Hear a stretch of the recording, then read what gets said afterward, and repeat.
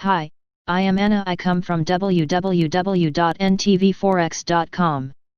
Positive risk on the front foot as the glass seems half full once more. Video.http ntvforex.com News ID 3E8D6D 7/13/2021 25:01 p.m. Market overview. Appetite for risk has begun the new trading week with a zestful skip as sentiment seems to be looking more positive today. Despite record daily infections of COVID-19 in the US, and concerns over the trading relationship between the US and China, some good news on coronavirus treatment from Gilead have seen the glass half full once more. It will be interesting to see just how long it lasts this time, as markets have still got a ranging feel to them over recent weeks.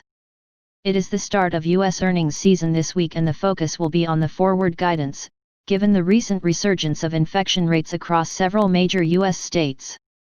Treasury yields ticked higher on Friday and are sustaining that move today. It is interesting to see though that even as yields have been trading around multi-month lows recently, the dollar is coming under growing pressure once more. The dollar is suffering amidst improved risk appetite, but is also not seeing a great deal of traction in risk off either.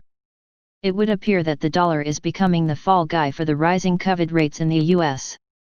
Forex major pairs continue to reflect this relative weakening of the dollar, whilst the Chinese yuan rate below 7.00 is also a gauge.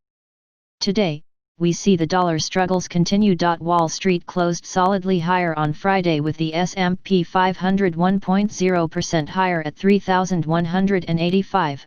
Whilst futures are pushing on again today. E-mini S&P 0.6%. In Asian there was a decisive positive session, with the Nikkei 2.2% and Shanghai Composite 1.7%. European markets also reflect the strong moves, with FTSE futures 1.2% and DAX futures 1.7%. In Forex, the theme is risk positive and dollar negative, with both USD and JPY struggling. The only anomaly to this is that NZD is also slipping. In commodities, we see support building again for gold and silver, whilst there is a mild drop of almost 1% on oil. There are no key data releases for the economic calendar today. There are a couple of central bankers to keep note of though. The Bank of England Governor Andrew Bailey is speaking at 1630 BST and is expected to be asked audience questions, so the prospect of further QE and potential for negative rates will be the focus. At the same time the FOMC's John Williams centrist voter also speaks at 1630 BST. Chart of the day GBP AUD. We tend to be a little cautious of calling sterling long against anything right now, but the improvement on sterling Aussie may have as much to do with a sliding Aussie as it does a sterling rebound. The past few sessions have posted a succession of positive closes and 4 bull candles in a row has now been seen for the first time since the strong bull run of Q1. Is a decisive recovery from the 1.7865 now taking hold. A move above 1.8090 may have only been a minor bull break higher, but it was a pivot line broken and suggests that the old lows, which have been for so long a basis of resistance, can be broken. A small upside target is implied at 1.8315 initially, but technical indicators are now decisively turning positive. The 21-day moving average has been an excellent basis of resistance and flanked a 9-week downtrend, but the rebound has now breached both. There is a decisive recovery underway on MACD and stochastics, whilst on Friday the daily RSI moved towards 50, to a 3-month high. The reaction to this morning's early slip back will be an interesting gauge. Holding the 1.8090 neckline as a basis of support is important in the coming days, and 1.8055-1.8090 is a near-term buy zone. If this area holds, then the bulls will begin to eye a move to test the key June resistance at 1.8450. Brent crude oil. Given how the oil price saw a decent rebound during the US session on Friday, how the bulls respond today will be very interesting. Having breached the support of 8-week uptrend, the positive outlook for oil has been questioned.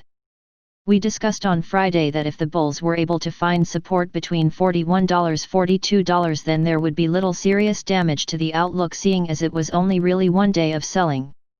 Friday's bull hammer candle swung the market for an instant rebound, leaving support at $41.30 and back within touching distance of the key $43.95 resistance again. Despite this, a slow start to trading on Monday morning, the bulls are still the dominant force in the oil market. The question is whether they can close above $43.95 resistance and then close the key March gap at $45.20. It would be a significant relief if they can and would open the upside once more. Support at $41.30 is now of growing importance above the key higher low at $39.50. Dow Jones Industrial Average. The Dow completed a choppy week with a decent rebound on Friday. However, having seen a run of 6 contradictory candlesticks in a row, direction is very mixed. The market continues to trade under the resistance of the 26,300–26,610 highs of the past 4 weeks, however, selling pressure still seems to be limited. Reacting to leave support at 25,525 means the bulls come into this week with designs on seriously testing the 26,300–26,610 resistance. There is a positive bias still to the medium-term configuration of momentum MACD lines consistently above neutral for 10 weeks, which suggests that near-term weakness is still a chance to buy.